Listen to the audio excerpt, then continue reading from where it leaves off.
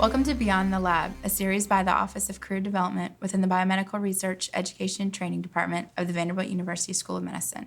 I'm excited today to welcome Jeremy Richman back to campus. He completed his postdoctoral fellowship in 2000 in the pharmacology department. So welcome back. We're glad to have you. So tell me a little bit about what you did here at Vanderbilt. Well, I did my postdoc in the lab of Leland Bird, and it was a really exciting time and environment, and I hope things haven't changed a whole lot. I looked at the micro environment within a synapse where cells communicate with each other, and how proteins could be recruited to the area and held in that area to coordinate signaling effectively. And as exciting as that sounds, it was an awesome time, and I got a lot of great education.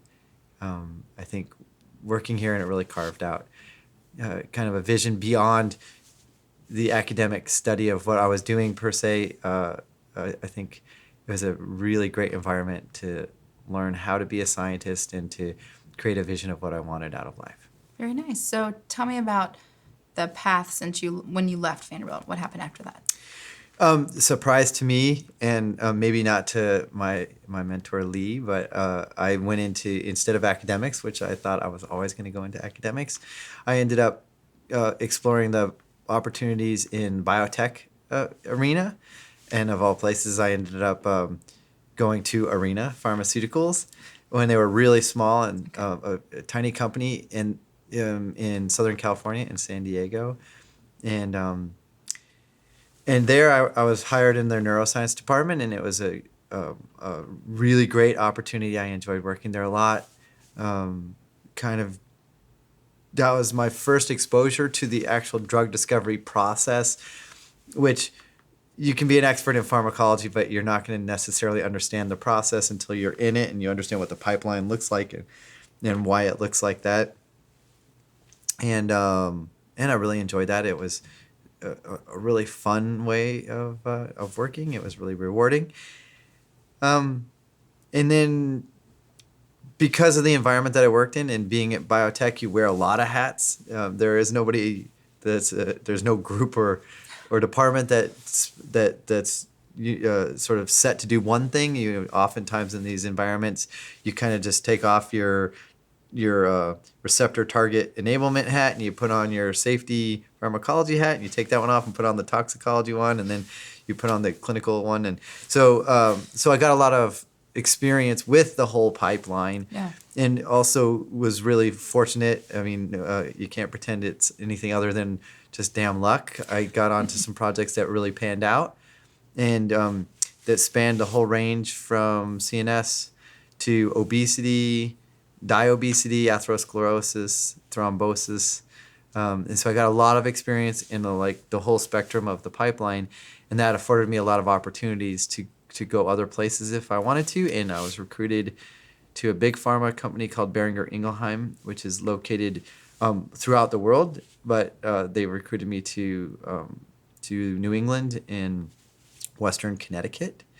And I worked there for a while in a new role that they had created called a research project leader. And they wanted people that had experience from bench to bedside and that understood the pipeline process really well and could speak the science, but also create a vision, build timelines, and mitigate risk and keep the upper management abreast of what those risks were and the timelines that were appropriate. And so that was fun, and it was a great job. And since then, for very tragic reasons, I've left the drug discovery arena, and now I work in the nonprofit world, running my own nonprofit called the Avielle Foundation, named in honor and to create a legacy in honor of my daughter, who is one of the 6-year-olds that was murdered in the Sandy Hook Elementary School shootings on December 14th of 2012.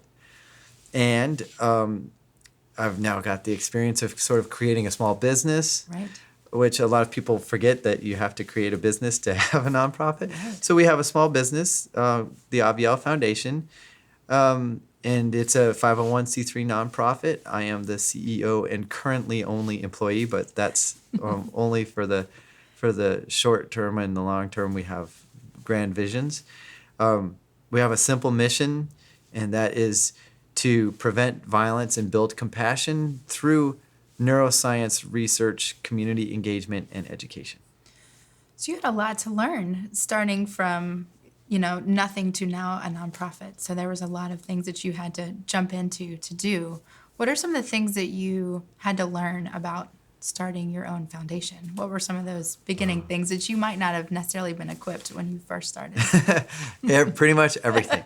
So first and foremost, it didn't really dawn on me that when you're going to champion a cause, you have to build a business. So we had to incorporate. I didn't know what that even meant. Why does everybody incorporate in Delaware? I couldn't tell you at the time, and now I understand what that means to incorporate, to create a business. You have to create a business plan. You have to create a business structure. You have to have a short-term and a long-term vision and goals. You have to create a board of directors. Different states have different laws for what comprises a board. Mm-hmm. You have to write bylaws. That's not just a simple, hey, everybody's going to show up on a Friday, drink a few beers, and we're going to get together and talk about the company. No, it's like a very detailed rule book that you have to play by, and different states have different requirements for the bylaws, and so we had to understand what Delaware's bylaw and board of director requirements were. And that was just to establish ourselves as a business, as a corporation. And then from there, we had to learn how to file for nonprofit status, what that meant, who do you file to, what are the forms. These are not straightforward forms. Becoming a nonprofit is really arduous. The IRS is not easy to work with, surprise. And the process takes a long time. But they make exceptions, which is really fortunate, and we're really lucky that they do.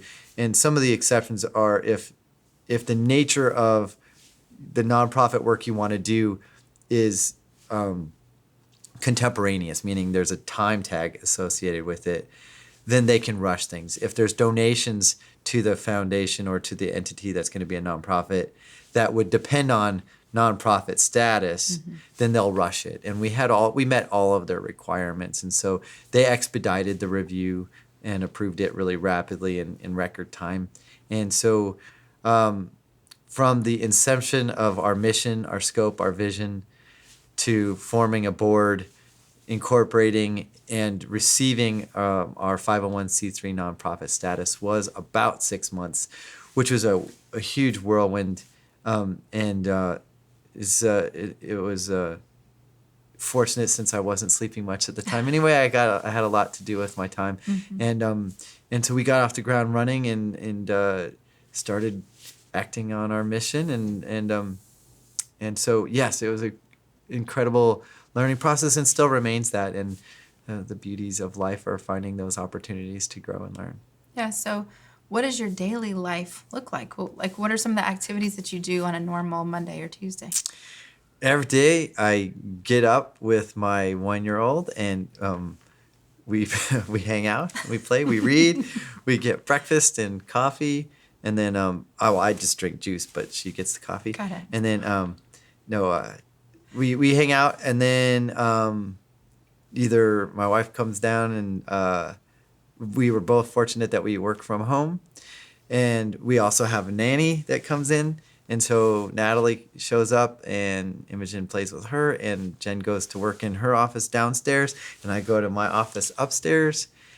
And most of my day is spent in 4 ways. Of course, everybody's first thing that you do, which is like I only allow myself this on a couple of days, is to look at my email, because as soon as you look at your email, you're stuck. So the first thing I do is I try to read a paper, a scientific paper, or maybe finish a book that that I'm close to finishing, or start a book that I was committed to starting. And so I'll read for a while every morning, and then I'll check my email. I have a lot of meetings virtually. Every day, just about, I have a virtual meeting where I'm talking to somebody over the phone or through, a Google Hangout or a Skype chat or what have you, a teleconference. And a lot of days I'll meet somebody in town because I think it's really important just to get out of the house because it is great that you can work from home, but you also go crazy. So a lot of meetings that I have, I meet people on like running trails and we'll go for a running meeting or we'll go for a lunch meeting. And and we talk about everything from the science of violence in the brain to nonprofit development, to business development, to educational strategies and philosophies and such, because that's a critical part of our mission. Then most afternoons, one of our interns will either call me and I'll have a virtual meeting, or we'll come over to the house and we'll work on whatever their interests have been. And they all have sort of outlined projects and kind of help them on that if they need a lot of help. Otherwise, they just sit at their desk and we have a desk up in the attic and they'll just work there. Or we'll just touch base over the phone and just say, what can I do for you how's the progress going? A lot of them are writing articles or creating videos. So that's my day. It's really fun. It's always a new adventure, and very rarely do I feel like I'm doing the same thing all the time. Good. So you worked both in pharma and now in foundation. What are some of the things about each that were a good fit for you? Because I know they're very different industries. The most important, I think, aspect of life is to continually grow, and I think there's lots of ways that you can grow. I think the most important one is through friendships and in connection to people, and there's specific kind of connections that you can have with people. Well, probably in any work environment. If you're working in an area that you're passionate about and that's where your interests lie, then that's great. If it's not, then I suggest you change because you should always follow your passions. But I've been fortunate. I love science. I love discovery. I love learning, and I love the people that you meet when you work in that environment. And so, where are we going with the question again? How are both pharma and foundations good fit for Yeah. you? So pharma and foundations are good for me because the people in those arenas are like-minded. They want to grow. They want to learn. They want to discover. And the discovery process is what really excites me. And going through the discovery process with somebody else is really fun. It's one of the most rewarding things in life. And discovery is, come on. Everybody likes that from childhood throughout your whole life. Everybody likes an adventure, right? Yeah. And science is the greatest adventure. And so the pharma discovery process is no different than the nature of our nonprofit, which is research based. And I really love being in a position where I can direct money to go into that discovery process, and I can talk to the real pioneers, the best in the world at it. So they're the same in the sense, pharma and the nonprofit world are the same in the sense that you have these common people coming together to geek out on discovery, and I like that to the core. They're different in the sense of what motivates them. I mean, at the end of the day, pharma is in the business of making money. Right. And if they do that by decreasing suffering and helping people's lives, that's great. And so there's nothing wrong with profit. In the nonprofit world, there is no profit, and what you're benefiting isn't financial; it's philosophical, spiritual, and that's a lot more rewarding to me. Great. So there are students and postdocs here that are interested in working in the nonprofit industry. What kind of skills do you think they need, or what are some of the activities that they need to do now in order to prepare them for that industry? If you want to move into the nonprofit industry, there's a couple things you need to be prepared for. One is a lower salary. Okay. And if that's not what motivates you, well, great, because there's two kinds of people in the world, those that want to do something and those that want to be somebody. If you're the kind of person that wants to do something, a nonprofit arena is perfect for you because that's what it's geared to do. also be prepared for you got to be a fighter. You got to be prepared to get knocked on your butt, get back up, put your dukes up, and get knocked down again. But I would argue that if you are in the research arena already, this will come as completely no surprise, and you'll say, "Yeah, of course. Isn't that how life is?" I mean, if everything worked the first time, they just call it search. But we're used to being wrong 9 out of 10 times, and that 1 in 10 really fills us up. And the nonprofit world's really the same. You're going to be asking for a lot, and it's different than being sort of just a salesperson in the generic sense, because hopefully you believe in what you're selling and you're passionate about it, so it's not a hard sell. But you do have to be prepared for people challenging you, disagreeing with you. But again, if you're coming from the academic arena, that's nothing new either. Sure. So it's really not a whole lot different. The largest difference is when you're new in, this is actually very similar too. When you're new in academics, your whole life is filled with, how do I get funding? How do I get funding? How do I get funding? But once you're established, you're good to go, and you can relax and really sink your teeth into your mission or your hypotheses or your research efforts. And the nonprofit arena is just like that too. I'm all completely worried, how do we become sustainable? How do we move beyond the grassroots generous donor base that we have and get to a real endowed philanthropic giant that we want to be, so that we can fund impactful, meaningful research. We can create real internship incentives to get people to move into the brain health arena.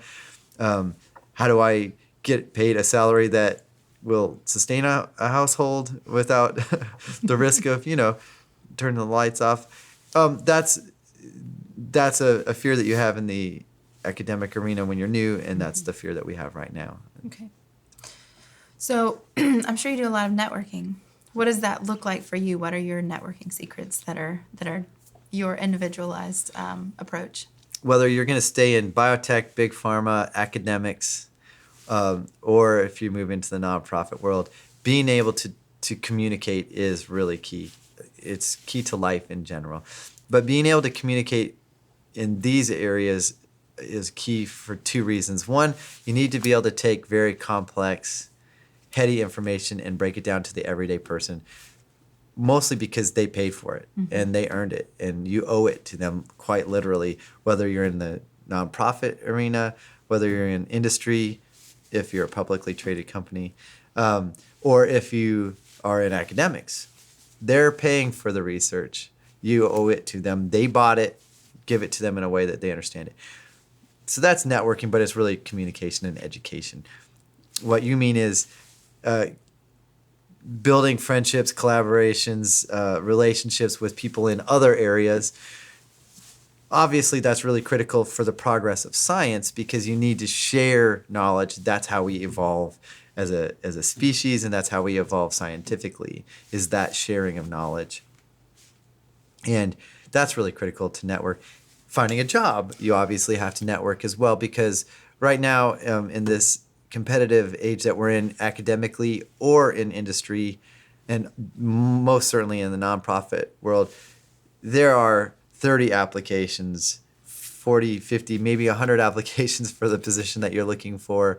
And the higher you go in sort of on a ladder, so to speak, the fewer opportunities there are and the more applicants there are. And there's no question, you got to be really well qualified, well spoken. You have to understand what you're talking about. But probably more important than that, you got to know somebody that can get that application onto the top of the pile and hand it around and say, I know this person, she's awesome, give her a chance, bring her in, she gives a great talk, she really knows what she's talking about.